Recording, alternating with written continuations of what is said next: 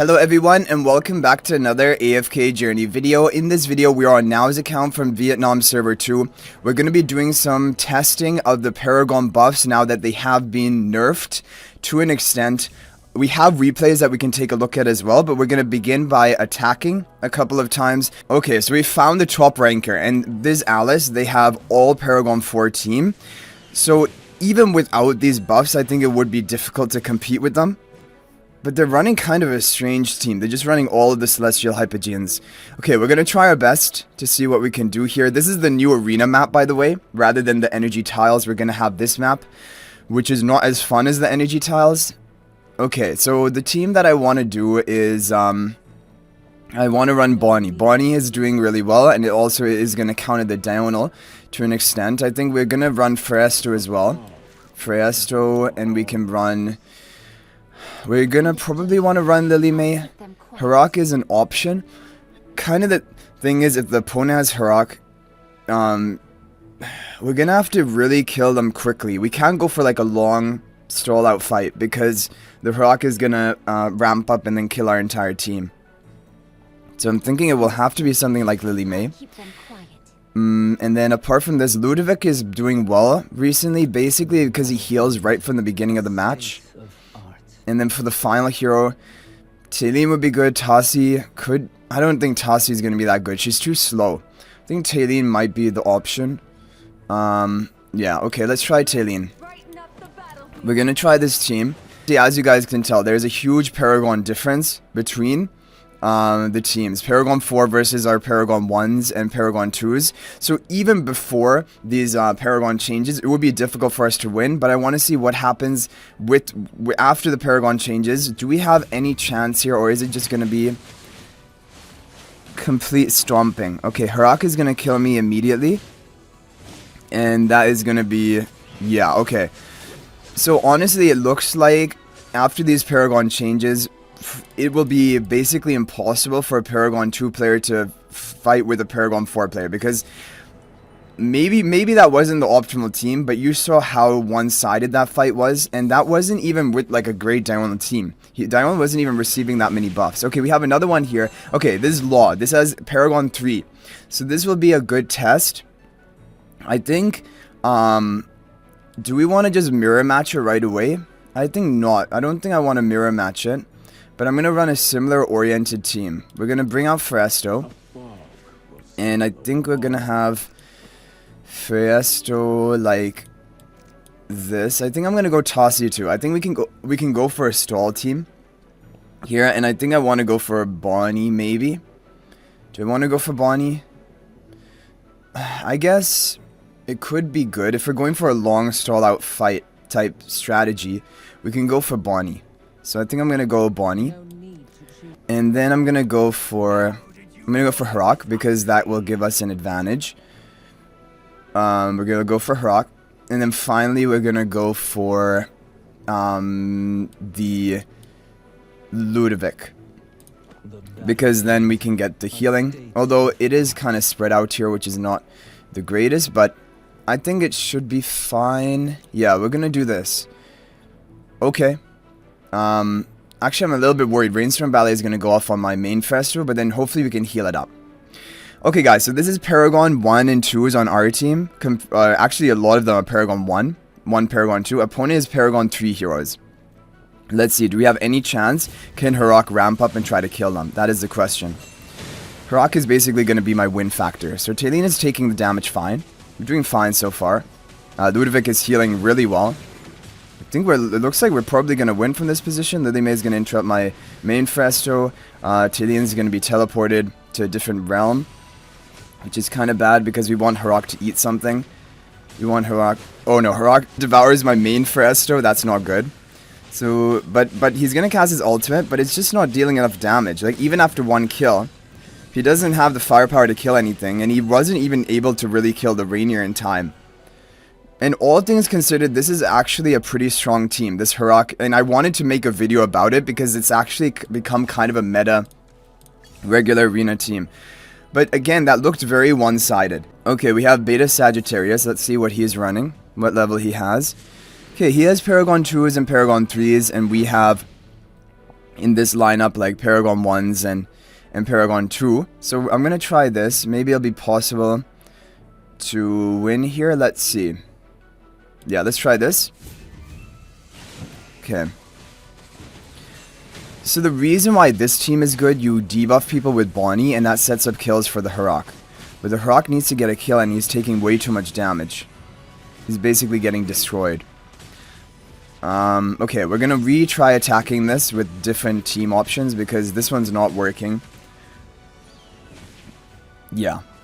I think we're gonna have to, we'll try to go for a full stall team, but I think that won't work either, because all of these defenses are kind of full stall, with Taylene, Tassi, Feresto.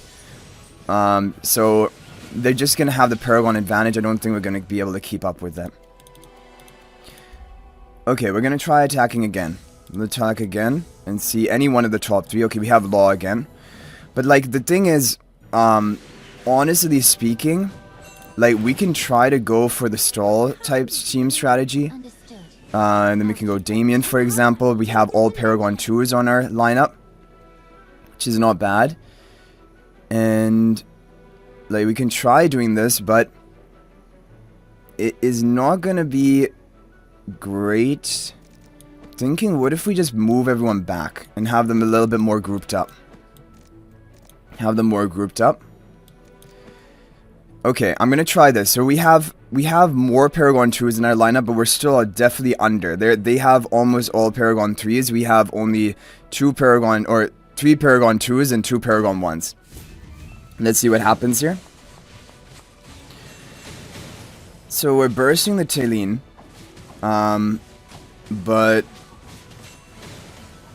this is, I mean, so far it's fine, but the problem is when the Taylene begins ultimating, then she's gonna destroy our entire team. We have our Taylene to cast our ultimate, but as you can see, there's a big favor for the opponent. The Taylene is still casting and shredding through my team. Yeah, it's gonna be basically difficult. If you're under Paragon upgraded compared to the opponent, it's going to be very difficult to compete with them. Because this whole fight, they even had a scare lead in the air, and it still was pretty one-sided. But I want to just do one final run, because you might be thinking maybe my attack comps are bad, so I should switch it up. And we can just do an exact copy. We can do a mirror match. I'm pretty sure that he would have main Fester in front of Lily May in this position. And we can bring out the Rainier. Can bring out Rainier as well, and then have the Taylene. And yeah, so this is an exact mirror match. You're gonna see the actual difference right here. They have a few more higher Paragon tiers compared to us, so they're gonna have higher inspiration, intimidation, as well as the other rivalry stats. So let's watch this and see what happens. So far it's fine, like the Fresters are tanking fine. Lily May gonna interrupt my Taylene, and because of the ordering, like, yeah, because of how much damage I guess Taylene took, she casted early. And now the opponent is in a really good position, because their Taylene will be able to cast ultimate, my Taylene is already down, their Tassi casted before we were able to cast, and that is gonna be game over. So, it is still looking like, yeah, well, Paragon is definitely stronger than before. Even before, a mirror match wouldn't really work, and that's why I wanted to try different attack comps, but nothing was really working when you're trying to defeat these teams. And it is showing you that the Paragon advantage is stronger. Unfortunately, on the Pioneer server today, they didn't give me like the Paragon 3 Ascension materials, otherwise I wanted to do a lot of testing there. But we have this. Okay, so now I want to show you something, because there was one thing against Shelby that now managed to beat Shelby, his Paragon 4 team, with these Paragon 2 and Paragon 3 heroes, even Paragon 1. So I want to see what happened and how did this happen. One thing to first mention is the fact that the opponent doesn't even have the faction talents activated compared to now, like, because they don't have 3 of a faction. The other thing is that this is a pretty bad team. Honestly, Vala, like, basically Vala is the only threat, apart from Scarlita when she comes down. But let's see what happens here. So this is basically an example of not a great defense that is Paragon 4, and it did manage to lose, which was good. His burial at Paragon 3 is doing pretty well. That is his most highly ascended hero. And like, I mean, this is looking pretty good, but we have to keep in mind that there are no faction talents active for the opponent. And even then, the Talene does go down low. Talene does go down low, but then, whoa, look at that burst. The team almost even died. But they didn't quite die. So that shows you that, yeah, I mean, maybe if the opponent doesn't have the greatest defense in the world, even just being Paragon 4 is not going to be enough if you run a good team into it. But when we take a look at the other teams, for example, and these had some faction talents. So like, let's take a look at this Diurnal team and see how it is going to play out. Because the crazy thing is the comps which really rely on buffs like Diurnal, who gets value from his attack buffs, they become even crazier with this Inspiration Intimidation change. Because the value of their buffs becomes so much higher than before. And that is just going to be... There's basically no way to compete with the Diurnal team like that. Even before it was difficult. Like you needed the Mauler faction tiles, but... Yeah. Okay, so let's see the Harak team. Yeah, Chilling gonna cast ultimate really quickly. So I guess our side, the green side, is not doing bad. Like they are surviving, but there's just not really any chance. And this is with a decent team. Like we have Bonnie and Tossie. There's like kill threat there because you can debuff them, and then Tossie can solo in the end. But there's no way to keep up with this massive damage. They weren't even able to kill one of the enemy heroes, so that is kind of the thing. And when we attacked, so this is Alice, who also has all Paragon 4 heroes, and none of these teams really got anywhere. Maybe our final team had the greatest chance, but again, it was because the enemy team wasn't the greatest. They had Skirlead up in the air at the beginning. Hewen, not really able to do anything. So let's see what happens here. So, I mean, the Hewen is at a risk that she could die, but look at the health bars of our team. They're all down to almost nothing. Other than Harak. Harak is still alive. But I guess it's because he wasn't being focused. And Harak has a lot of buffs right now. But this is the other problem. The Intimidation stat is going to reduce the effectiveness of your own buffs, and Val is just going to execute him. So there's basically no chance. Here we have... Okay, this is a lower Ascension player. We have a lower Ascension player. So let's see what happens. Yeah. Both people are running faction talents, or the Hypogean Celestial faction talents, I believe. But now watch the differences between the Harak. So their Harak gets a Tile Assault knock up onto our Harak, and our Harak actually gets down low. Whoa. Wait. So the opponent... Oh, no. So that's Nao's side. The green health bars were the lower Ascension player side. Okay, so that makes more sense, because this was a defense. Okay, let's watch it again. Watch the green health bars. Yeah, like that, what? The Frestro is just shredded through. I guess the Frestro isn't even Supreme Plus yet. He doesn't even have those round of rivalry stats. But still, like, that was kind of crazy. And, like, Shakir is basically killing the enemy Harak. It's just game over. Yeah, I mean, it is looking pretty one-sided still. Should we take a look at another replay here? So, Diurnal. Yeah, Alice's Diurnal comp. Let's see how crazy this is going to shred through the team. Oh, the Graveborn faction talent is really interesting, because look at that. You would, like, reduce HP, but the thing is, Diurnal has his charm effect, that he'll become invincible at a certain point. And then he's just gonna clean up your team. Interesting, though. The Graveborn faction talent is looking good, potentially, for PvP, giving you, like, a quick kill on an enemy opponent. But, of course, then defenses are going to be crafted around that. Like, they'll put Talene in the back, rearmost tile. And then for team number one is like this. Again, they're not even running faction talents. They just have a lot of Paragon 4 heroes. Let's look at the difference. So, both teams have an OD. But... yeah, it's clear that the opponent OD is more powerful than our OD. That's going to take the Tossie down, and yeah, that's going to be game over. Okay, so overall, looking at this, definitely the Inspiration Intimidate, like, they've been toned down, these buffs, right? It does look like there's maybe some chance of a lower Paragon tier beating out the higher, but it is very... and it obviously is harder than before. And just to evaluate these stats and what they're actually providing, I don't know for sure whether Intimidation can take the opponent's inspiration into negative values. That's the only thing I don't know.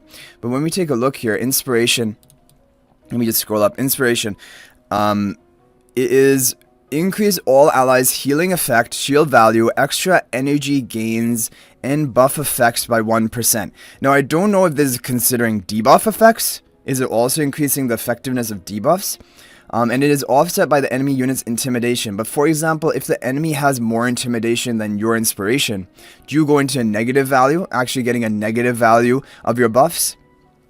That's the only thing I'm unsure about, because that would change a lot. Because basically then, rather than like let's say the opponent has in total 10% higher inspiration intimidation across the team, then it would make a difference, because if it's only just 10% boosted buff effect compared to your 0%, that's fine.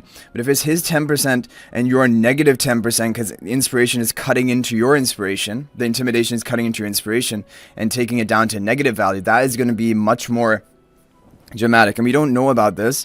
Every point of intimidation reduces all enemies' healing effects, shield value, extra energy gains, and buff effects by 1%.